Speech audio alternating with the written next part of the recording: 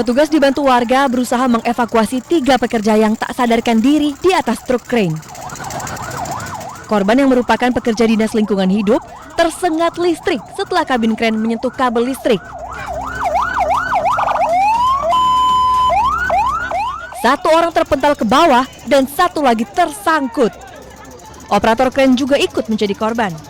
Saat itu, mereka sedang menghias tugu dengan pasang bendera untuk menyambut Hari Kemerdekaan Republik Indonesia. Setelah dievakuasi, ketiga korban dibawa ke Rumah Sakit Umum Daerah Kota Tanjung Balai. Murni kecelakaan kerja karena kami mempersiapkan mengindahkan Kota Tanjung Balai. Jadi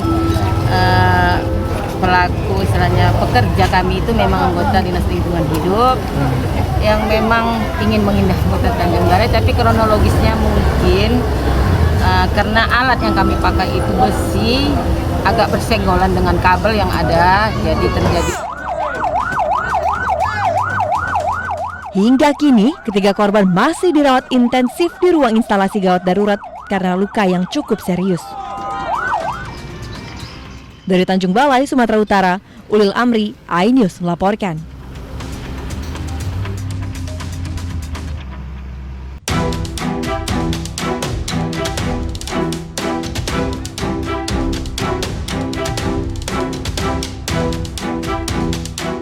Seiring kemarau dan surutnya aliran air sungai, sejumlah buaya dewasa berukuran besar muncul di aliran sungai di wilayah Dusun Rakahlor, Desa Bluru Kidul, Sidoarjo, Jawa Timur. Buaya ini biasa menampakkan diri pada pagi dan sore hari di bantaran sungai yang tidak jauh dari permukiman warga. Meski belum ada laporan serangan buaya, warga mulai resah, khususnya mereka yang sehari-hari beraktivitas menggunakan sarana perahu. Pak, besar itu Pak tadi Pak. Besar. Warnanya hitam tadi. Nggak tahu musim apa ini kok sering muncul ini. Alhamdulillah nggak pernah ganggu Pak. Yang penting kita nggak ganggu. Ya biasanya ya itu apa, gerak, ada perahu lewat itu buayanya gerak.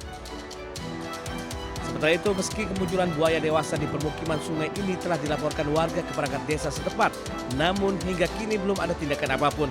Warga saat ini hanya berusaha menjauh jika mengetahui ada pergerakan buaya di sekitar mereka. Dari Sidoarjo, Jawa Timur, Pramono Putra, iNews melaporkan.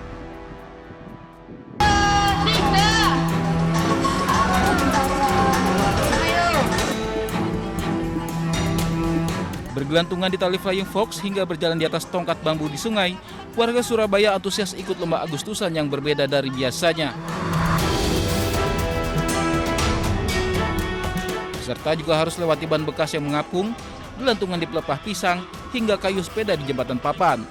Dalam lomba acara Ninja Warrior yang terkenal ini, peserta dituntut kecepatan dan keseimbangan tubuh mereka. Jika gagal, mereka harus basah kuyup karena tercebur ke sungai. Yang lebih menarik, peserta harus memakai kostum unik untuk lewati 5 rintangan berhadiah Rp300.000.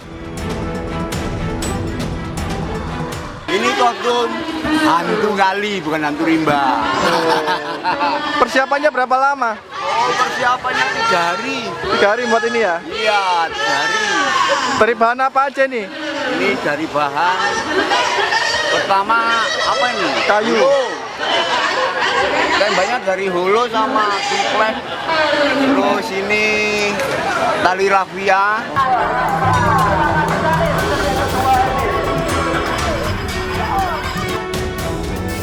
Sementara di Kendal, warga Desa Karangayu, Kecamatan Cepiring menggelar lomba tangkap lele di sungai irigasi. Aksi para peserta saat berusaha menangkap lele mengundang gelak tawa warga. Karena menangkap lele yang licin dengan tangan kosong bukanlah perkara mudah. Sebelum perlombaan dimulai, warga bergotong royong membersihkan sungai agar alirannya tetap terjaga. Melalui lomba yang sederhana ini, warga desa membuktikan bahwa semangat kemerdekaan dapat dirayakan dengan kegiatan sederhana yang menghibur namun penuh makna.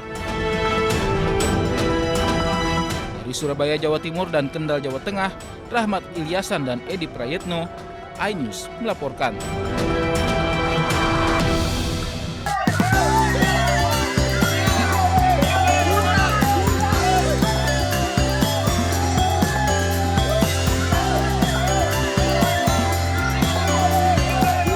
Wih, ada pemandangan yang tak biasa di Terminal Tidar, Magelang, Jawa Tengah. Menyambut hari ulang tahun kemerdekaan Republik Indonesia ke-81, biasanya bus-bus antar kota antar provinsi terlihat berlalu lalang mengangkut penumpang. Namun kali ini armada transportasi tersebut justru ditarik oleh 5 orang sebagai bagian dari perlombaan unik yang baru pertama kali digelar di terminal tersebut. Perlombaan tarik bus ini menjadi daya tarik utama karena tingkat kesulitannya yang tinggi sekaligus filosofinya yang mendalam.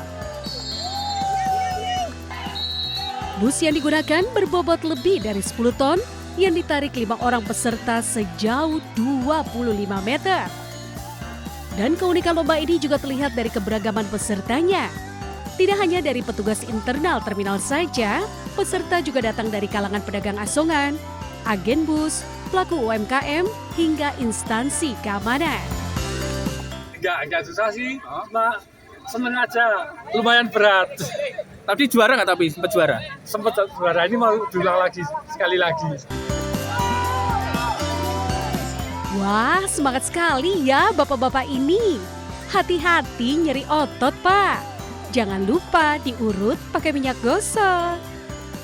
Dari Magelang, Jawa Tengah, Puji Hartono, iNews melaporkan.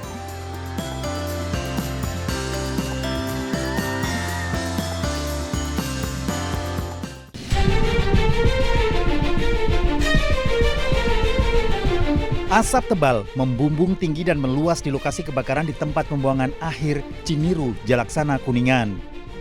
Tiupan angin kencang membuat kebakaran semakin meluas hingga nyaris meluluh lantakkan area TPA. Petugas kesulitan memadamkan api karena perlengkapan yang ada tidak sepenuhnya menunjang menjangkau titik api. Ditambah sumber air yang jauh dari lokasi kebakaran menambah kesulitan.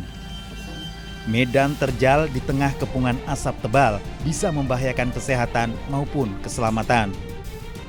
Kita mungkin akan fokus daerah-daerah yang memang rawan, dan terutama supaya menjaga tidak melebar sampai ke lahan ataupun kebun warga itu. Dan untuk luasan tadi sekitar 4 hektar ya Pak. Dan kita akan berlangsung terus berkoordinasi juga dengan Pak Kadis LH. Petugas kembali ditambah dan terus berjibaku di tengah kepulan asap. Dari Kuningan, Jawa Barat, Mahardika, iNews melaporkan.